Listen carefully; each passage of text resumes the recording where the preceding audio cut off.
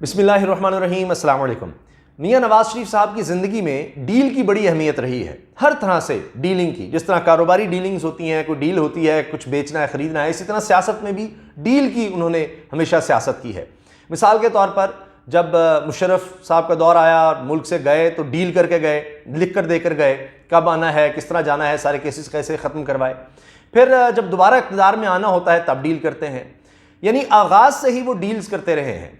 और उस वक्त जनरल ज़ियाउल हक से एक तरह से डील कर कर वो आए। कोई सियासत में उसका स्ट्रगल या ग्रास रूट लिस्ट उन्होंने शुरू नहीं की। बिजनेसमैन के तौर पर बराह रास्त वो जनाब काबीना में आ जाते हैं, फिर वज़ीर आला बन जाते हैं। तो जब भी मुल्क से जाना होता है डील करते हैं, वापस आना होता है डील करते हैं। अब ताज़ा खबर मैं आपको बता रहा हूँ जो कि सदीक जान ने बोल्ड न्यूज़ पर यह खबर दी कि जी मियां नवाज शरीफ साहब से ईद उल फितर के फौरी बाद कुछ सहाफ़ी मिले थे जो नून लीगी सहाफ़ी हैं।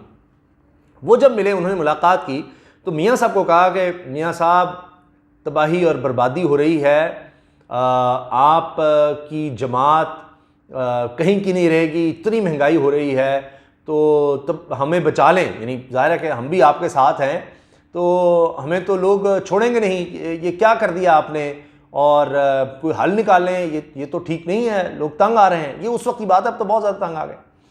तो मियां साहब ने कहा कि देखें, उनसे सवाल भी हुआ कि आप हुकूमत में अदम एतमाद ये सारा अभी क्यों कर दिया, आप तो इसके हामी नहीं थे, ये सारा कुछ, सारी कहानी, तो थोड़ा वक्त रह गया था।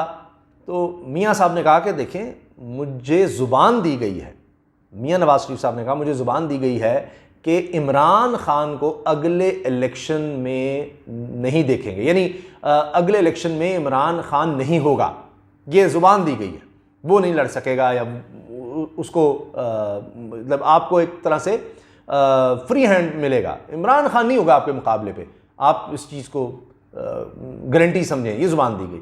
वरना नवाज शरीफ साहब को अंदाज़ा था कि इसका तो मुकाबला नहीं कर सकेंगे, कुछ तो था ही उनको अंदाज़ा, वो शुरू में नहीं आना चाहते थे। मरीम साहबा ने भी बहुत दफ़ा ये कहा कि जी हम क्यों गंद अपने सर लें, ये है वो है, इस तरह की बात, लेकिन ज़ाहिर है फिर आए हैं।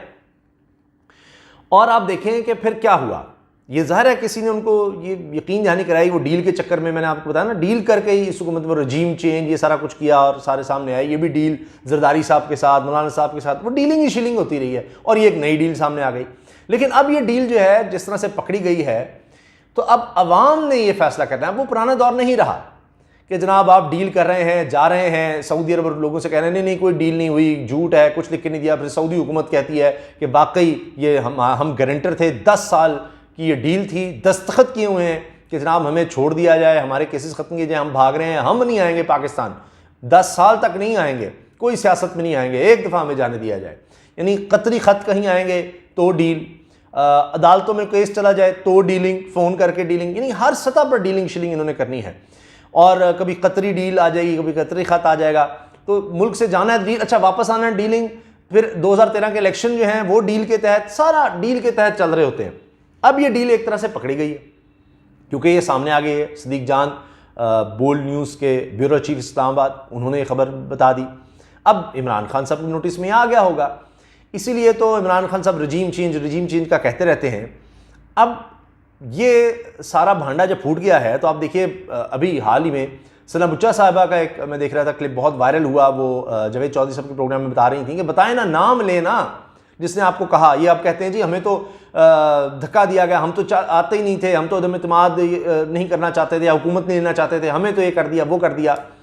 और ये मियां नवाज शरीफ साहब अभी कह रहे थे कि जी ये मैं देख रहा TRT में ये छपा है, यानी तुर्किश जो मीडिया है वो ये बता रहा है कि जी मियां साहब कहते हैं हुकूमत छोड़ो हुकूमत, क्योंकि हमसे जो वादे किए गए थे, यानी जो अल्फाज हैं वो ये कि इदारे उस तरह से हिमायत नहीं कर रहे इमरान खान के खिलाफ, सब इदारों को करना चाहिए था। यानी ना सुप्रीम कोर्ट उस तरह से इमरान खान के खिलाफ जा रहा है, ना दीगर इदारे जा रहे हैं।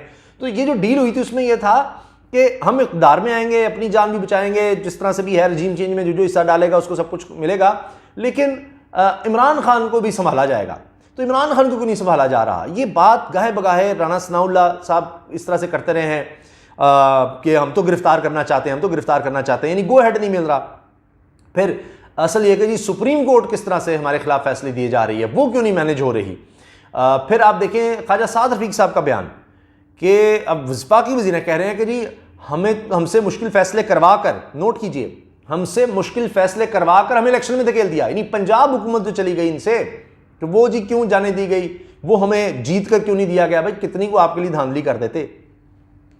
तो अब आकर लिए इलेक्शन कमीशन से भी इस तरह का फैसला जो है वो दिलवाया गया। तो ये डील का ये सारा मामला है कि जी इमरान खान को काबू किसी और ने करना था, लेकिन वो काबू नहीं आ रहा है। इमरान खान मकबूल से मकबूलतर होता चला गया। किसको अंदाज़ा था कि इस तरह कौम निकल आएगी, इस तरह वो मशहूर हो जाएंगे। अब इमरान खान साहब के मुखालिफिन भी ये बात मानते हैं, तमाम लोग ये मानते हैं कि इमरान खान इस वक्त मकबूलियत के लिहाज से अपनी ज़िंदगी में उरूज पर हैं, इतने मकबूल कभी नहीं थे।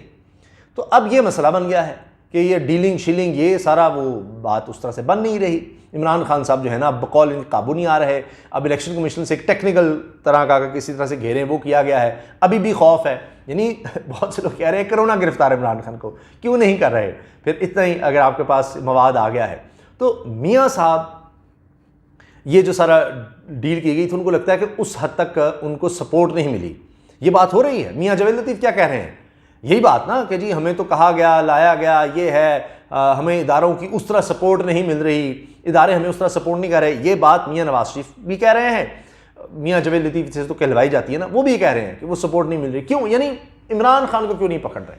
तो ये सारा मामला यहाँ पर रुका हुआ है। अभी हमजा शहबाज को बुला लिया गया है कि एग्रेसिव स्टांस लो, ये क्या हो रहा है, फलां क्या। तो ये इनको अब ये एक समझें कि एक सहारा मिला है। फिर से किसी ने थपकी दी कि नहीं नहीं अच्छा कुछ होता है, कुछ होता है, वरना ये तो मियाँ साहब कहते हैं निकलो, छोड़ो, कौम हमारे खिलाफ हो रही है। जिस तरह बिल आए हैं बिजली के, उफ तौबा, यकीन करें हर किसी की चीखें निकल गई हैं, हर किसी की चीखें निकल गई हैं। बेचारे गरीब दुकानदार, इतना इतना बिल उनको आया हुआ है, घरों पर इतना बिल आ गया है, यानी 6-6 हज़ार टैक्स गरीब आदमी पे लग गया है, वो कहाँ से दे? वो 0 यूनिट पर भी जनाब बिल आए हुए हैं। तो लोग इनके खिलाफ हो रहे हैं। तो ये समझते हैं कि हम दोबारा इक़्तिदार में आ सकते हैं तो डील के तहत ही, और डील ये हो कि इमरान खान ना हो। इमरान खान हुआ तो हमें तो किसी ने पूछना नहीं है, उसका रास्ता किस तरह रोका जाए। अब ये सुप्रीम कोर्ट मैनेज नहीं हो रही। मरीम कहती है ना, देखिए मेरी मीडिया मैनेजमेंट, तो मीडिया को बाय एंड लार्ज ज़्यादातर मीडिया तो साथ ही है, वो भी यानी इनके साथ फ़ायदे उठाता रहा। इनके दौर में जिस तरह से मामला चलते हैं, इश्तिहारों के भी, नौकरियों के भी, सारा कुछ ऑब्लाइज करना, तो वो भी मैनेज्ड है, वो भी इमरान खान के ख़िलाफ़ है ज़्यादातर मीडिया, वो मसला नहीं है। बाकी इदारे जो वफाकी हुकूमत में हमें मिल रहे हैं वो भी सारे हम मैनेज कर रहे हैं। इलेक्शन कमीशन का भी अब आ गया है, लेकिन सुप्रीम कोर्ट नहीं हो रही मैनेज, वहाँ से इनको खौफ है, सारा मसला वहाँ पर फंसा हुआ है।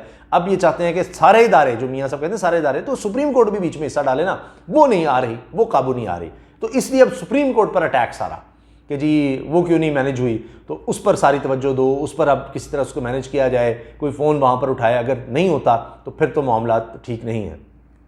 तो अब ये देखना ये है कि ये कौन है जो इस तरह से डील और ये सारा मज़ीद इधर से कर रहे हैं, और क्या इस हद तक वाकई जाया जाता है अब कि जी इमरान खान को जो भी अगले इलेक्शन है 2022 या 2023 में, वहाँ पर नहीं, इमरान खान ने होना चाहिए, वो उनको भी नाअहल डिक्लेयर किया जाए, जिस तरह नवाज़ शरीफ साहब चाह रहे हैं, जिस नवाज़ शरीफ हो चुके हैं ताहयात नाअहल, तो कहते हैं ये भी हो और इसकी पार्टी भी तहलील हो, क्योंकि हम तो नाअहल हो भी गया तो फिर भी पार्टी तो होगी, हम पार्टी का भी मुकाबला नहीं कर सकते, इतने लूले लंगड़े हो गए हैं, इतने कमज़ोर हो गए हैं, इतने मसाइल आ गए हैं कि अब सारे मिलकर भी इस तरह से मैदान में मुकाबला नहीं हो सकता। तो अब एक नई डील के चक्रों में है कि ये जो डील थी इसको पूरा किया जाए और मज़ीद कोई ऐसी डील मिल जाए कि जनाब मैं भी वापस आऊँ। मैं देख रहा था अभी जवेद लतीफ़ साहब अब भी बोल रहे हैं कि जनाब नवाज़ शरीफ को वापस लाना चाहिए, नवाज़ शरीफ वापस। वो जो डील है, अच्छा हुआ मेरे ज़हन में बात आ गई कि शहबाज शरीफ साहब को जब हुकूमत दी गई है तो उसमें जो डील थी उसमें ये उस डील का हिस्सा था कि नवाज़ शरीफ वापस नहीं आएंगे, बिल्कुल उस तरह जिस तरह सऊदी डील में था कि जी वो वापस नहीं आएंगे इलेक्शन से पहले। तो अभी भी ये है, लेकिन अब मियाँ साहब वापस आना चाहते हैं, क्योंकि बहुत से लोग उनको ये कह रहे हैं कि आप आएंगे तो शायद अब चांस कुछ बन जाए। ये एक मतलब अब मुल्क आगे बढ़ चुका है, मियाँ नवाज शरीफ की सियासत है, लेकिन चले उनको लगता है कि अब ये जो उनकी सियासत बिल्कुल दब गई है, बंद हो गई है, उनके वापस आने से शायद कुछ हो सकता है, तो इसलिए उनको कहा जा रहा है। लेकिन मियाँ साहब डरे हुए कहते हैं नहीं, पहले मुझे गारंटी हो, वही डील एक हो, पहले ये डील फाइनल करो कि मुझे गिरफ्तार नहीं किया जाएगा, मैं तो जेल से कोई 10 मील दूर से भी नहीं गुजरना, ये मुझे डील करके दो तो फिर मैं आता हूँ। तो ये सारा डीलिंग वीलिंग का हो रहा है, लेकिन अब मुझे लगता है कि जिसने भी डील करना है आवाम से करना पड़ेगा। अब ये बंद कमरों वाली डीलिंग का दौर नहीं रहा, सोशल मीडिया ने नौजवानों को बहुत अवेयर कर दिया है। तो अब ये मुश्किल लगता है काम चलना इस तरह से। अब ये डील करनी है तो आवाम से ही करनी है। अल्लाह हाफ़िज़।